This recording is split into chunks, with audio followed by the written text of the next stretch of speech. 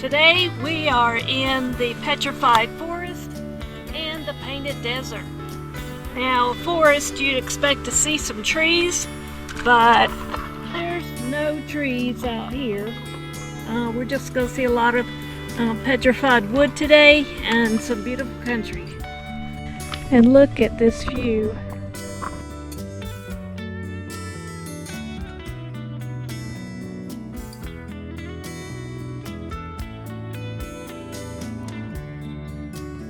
The Painted Desert extends, well, it's 120 miles long and 60 miles wide, and the Petrified Forest is within all of this, or actually, Painted Desert is within all of the Petrified Forest, the other way around.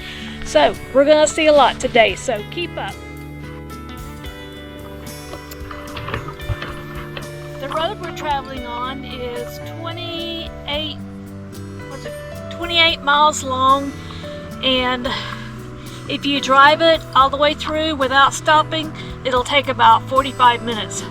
Well, there's no way. No way. Without stopping. Right. Because just look at that. How can you just keep driving? We're at the Visitor Center at Kachina Point, and they have a half-a-mile trail that you can walk out on the rim and see the desert part of it. So that's what we're going to do right now. The Visitor Center behind us is the old inn. I don't know if they still use it as rooms or not.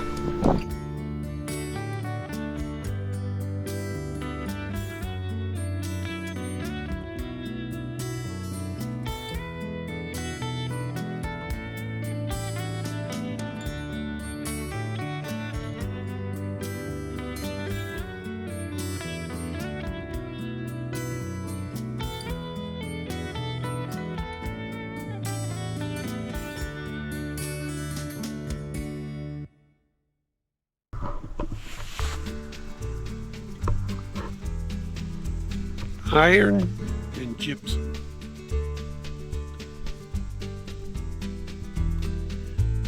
This trail that we're on is actually a horse trail. So we just came down. We're just going to come down this far and look out a little bit and then head back up.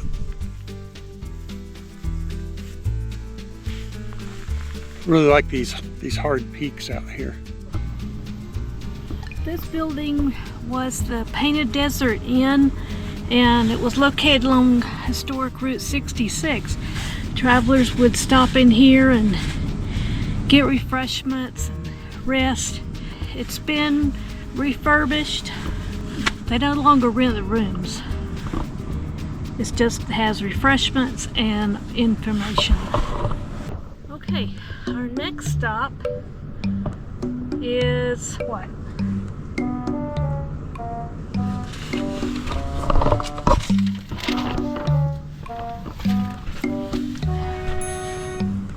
Well, we'll tell you when we get there. This area is called the Government Point, and there's a lot of formations and a lot of different colors here. From Whipple Point to Route 66.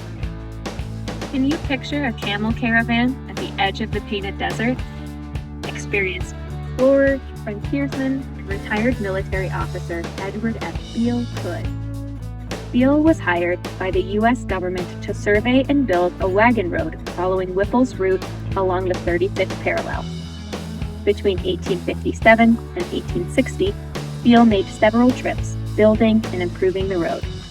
As part of a government experiment in desert transport, Beale used camels as pack animals. Although Beale became convinced of the camels' value, the government did not choose to invest in them, particularly as the Civil War began. Some of the camels were released in the Mojave, generating years of tall tales, while others were auctioned off, carrying mail in California, and yet another was kept by Beale on his ranch. The old wagon road is still visible in spots across the southwest. The portion within Petrified Forest was placed on the National Register of Historic Places in 1977. This is the site of the historic Route 66. You can't see much of it now, but all that remains in this area is just this old vehicle. It's a 1938 Studebaker. You can see those telephone poles, and that's that they paralleled Route 66. This might be the location of the road right here. Yeah, the power poles would have been off the road. Yeah, the power poles would have been off the road. So, Let's do it right here by the car. okay.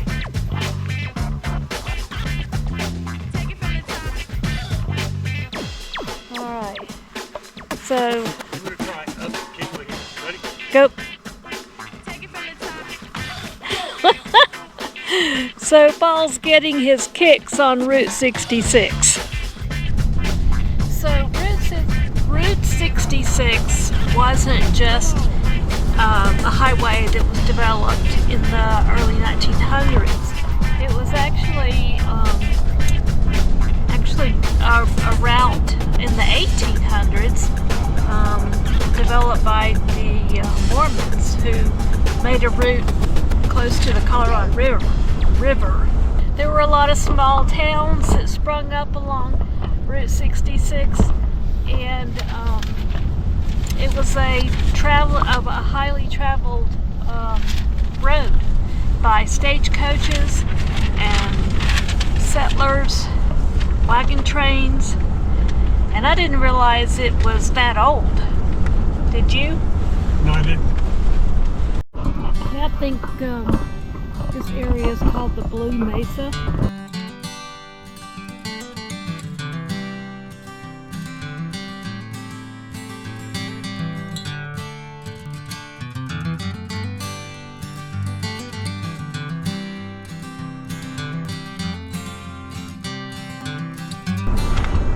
The sand or the rock kind of has a grayish blue tone to it.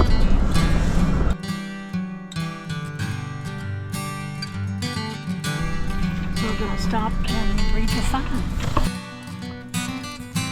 This area is a flat river plain. River probably came in that way. The sign says that on the bottom of these hills are ancient decayed plants, and the volcanic ash is the white layer, and the red and blue mudstone layers were laid down on the river's floodplain. The sandstone was deposited on the riverbed, showing us where the river flowed over time. Blue Mesa rises above a purplish plain marked with curving washes, the escarpment painted in blue, purple, and gray. 3 divisions of the geological layer known as the Sun Salamandra are visible in Blue Mesa. From bottom to top, they are the bright white sandstone, called the Camp Butte beds, which are found near the base of the mesa. The middle, called Lot's Wife bed, composed of blue, red, and purple mudstones, and numerous small gray and white sandstones. And the uppermost, the Jasper Forest bed, consisting of white cross-bedded sandstones and conglomerates with water-rounded pebbles and cobbles. The Jasper Forest bed contains the logs that can be seen eroding out of the hillside around Blue Mesa. The sandstone layer caps Blue Mesa, Agate Mesa, and the mesa north of the Rainbow Forest. The San Salamandra is approximately 215 to 219 million years old. So right here is a petrified log.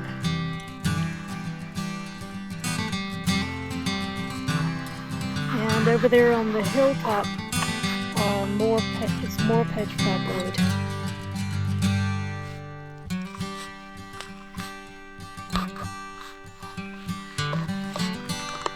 And look, there's some right down there too. So I guess as the weather erodes the sand, these petrified pieces of wood show up. Okay, and down there on the rock bottom we see a lot more. There's some petrified pieces of wood sticking up right here. This is just amazing. the reddish one over there looks like, you know, the tree, it was just growing out of the sand. But this is just amazing. The Petrified Forest and Painted Desert has the most collection of petrified wood in the United States. So here at this quick side stop, we see a couple, well, about 4 or 5 logs. But you can see the concentric circles, the inside of the log, and how that quartz is solidified in there. Rose quartz there. Another good couple of chunks here.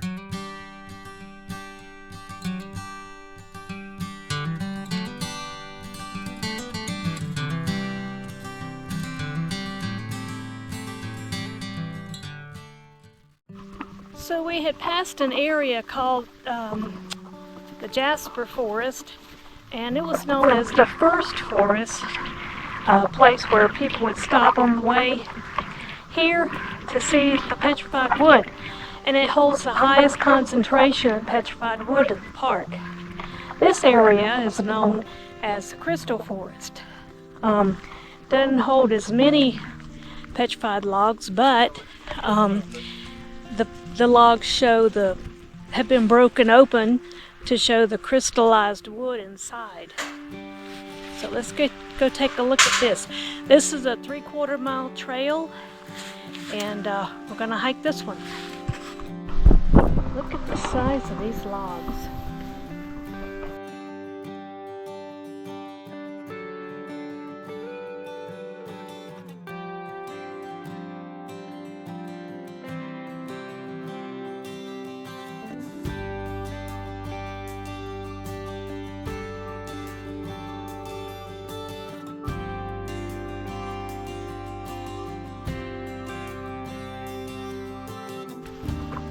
Back in the 1800s, they would use, some of the ranchers would use dynamite to blow these things to get the crystal inside. So according to geologists, this area was actually a forest at one time, a lush green forest on the supercontinent of Pangaea, and over millions of years, well, we know what happened. The flood came and the earth was destroyed by water. But this is what they say this place used to look like.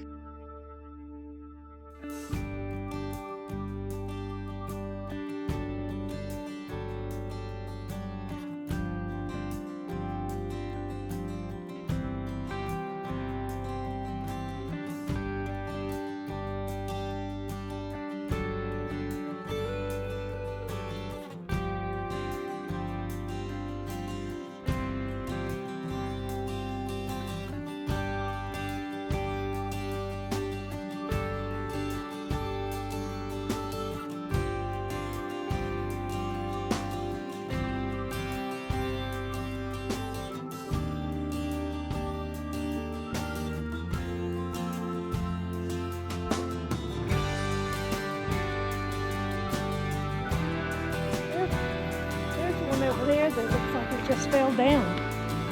Probably last week.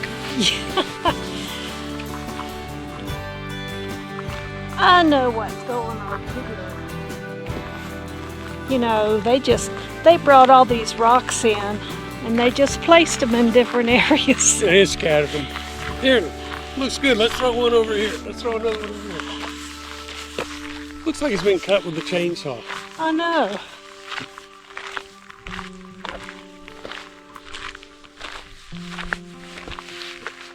Those over there do too.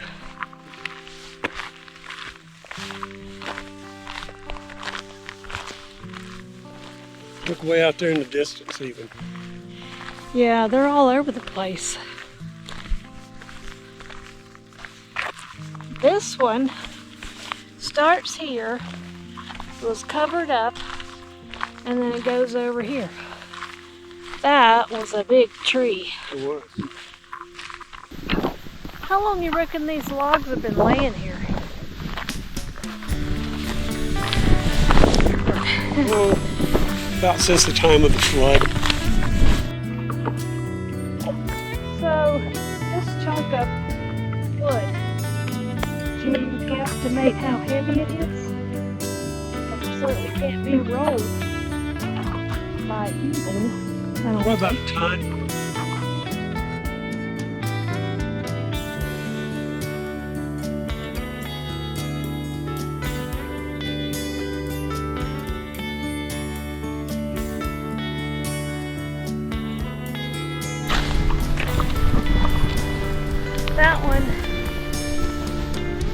That one had to be cut because it was blocking the road.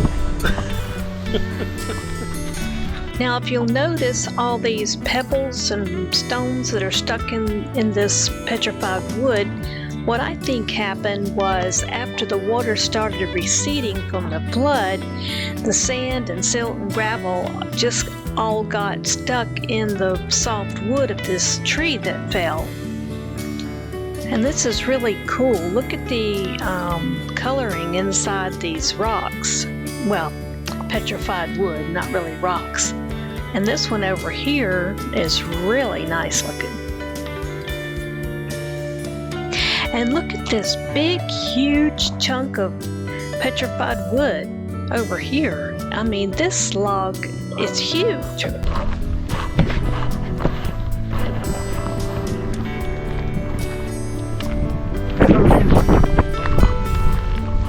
I know, right?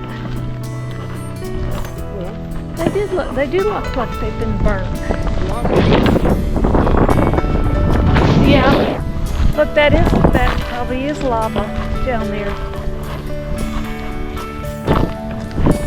This was the last instance of global warming. It was really, really cold and they cut all these logs and they were going to split them for firewood. And then it started warming up and they didn't need the firewood. And they just left them here to bake in the sun. That's right.